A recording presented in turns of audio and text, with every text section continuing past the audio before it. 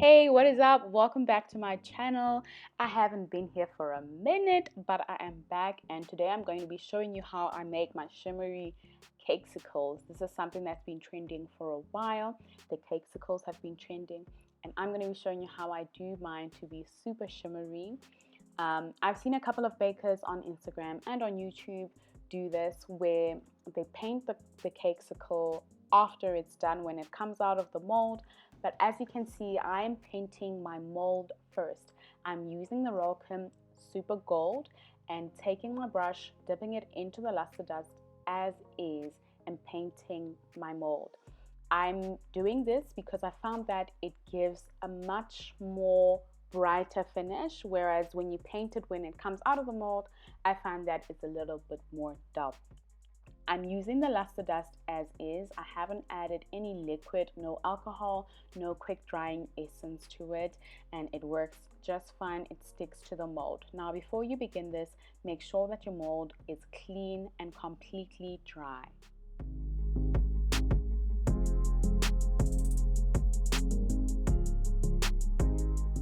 So I did 3 cakesicle cavities with the Super Gold, and now I'm going to use the Rolcom Super Golden Flame, which is sort of a copper color or a rose gold color, and I really love that.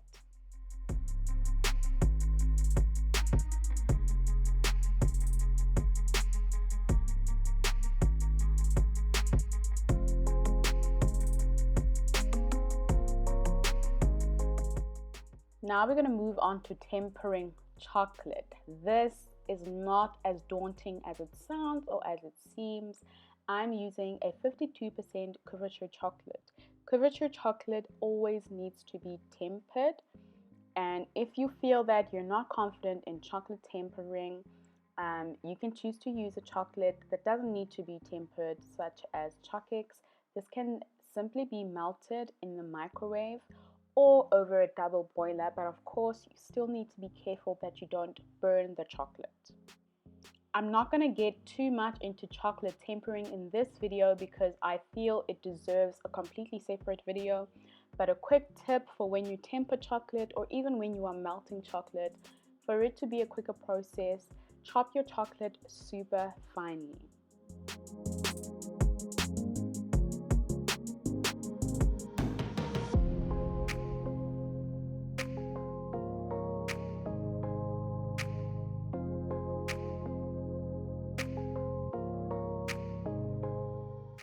So I'm almost done tempering my chocolate. As you can see, there are still a little bit of whole pieces of chocolate in there, but I'm going to stir this through so that it gets to the correct temperature and that those large chunks can melt.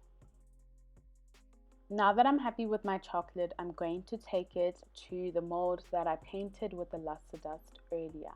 I'm going to pour a significant amount of chocolate into each cavity.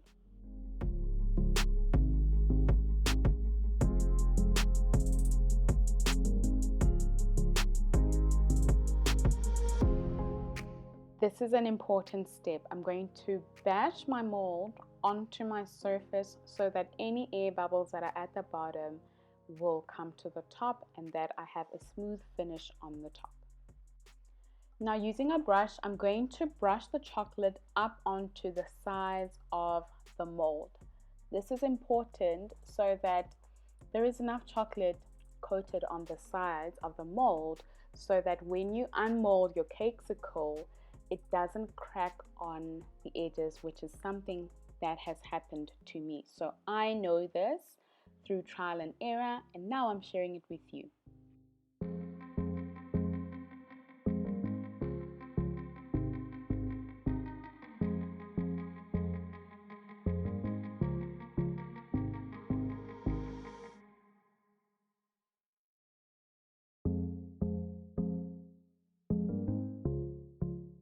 Another important step is to make sure that you shake the excess chocolate out so that you have a thin enough coat around your cake.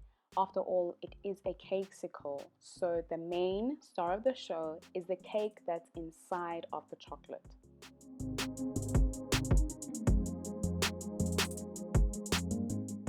Now I'm using a palette knife to clean the sides of my mold so that it is nice and even once I want to seal it closed.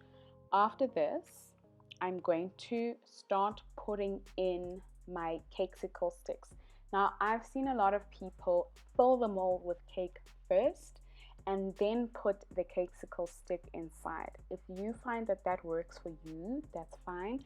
But what I found helps is that when I put the cakesicle stick inside the mold while the chocolate is still wet, it sort of helps to keep the stick in place. And then once my sticks are in, I'm going to put this into the fridge so that my chocolate sets. There are a ton of different cakesicle fillings that you can use, but in this video I'm using chocolate cake that I've combined with a little bit of Swiss meringue buttercream.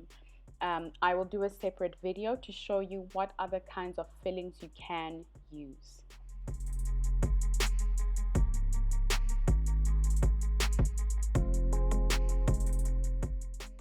If you watch closely, while I'm filling the cavity of the cakesicle, I'm holding the cakesicle stick down so that it doesn't go up, being pushed by the weight of the cake itself. And this will once again help to hold it in place. So what's helping holding it in place is the fact that I put it in while my chocolate is wet, and then when my chocolate sets, it will sit around that stick. And then I'm holding it so that it doesn't move when I'm putting the cake inside the cavity.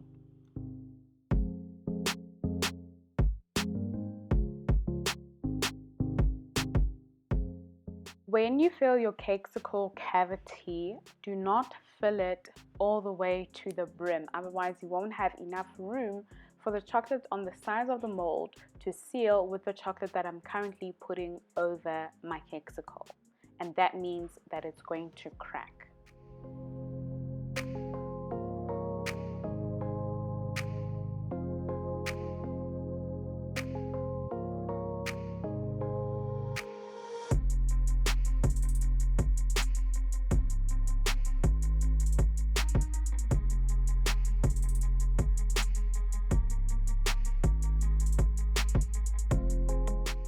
Once I'm done cleaning it off, I'm going to scrape the excess chocolate that fell over back into my bowl because we don't want to waste, and then it goes into the fridge.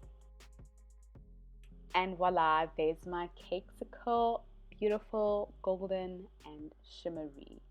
Please make sure that you subscribe to my channel if you enjoyed this so that I can keep creating more videos like this for you.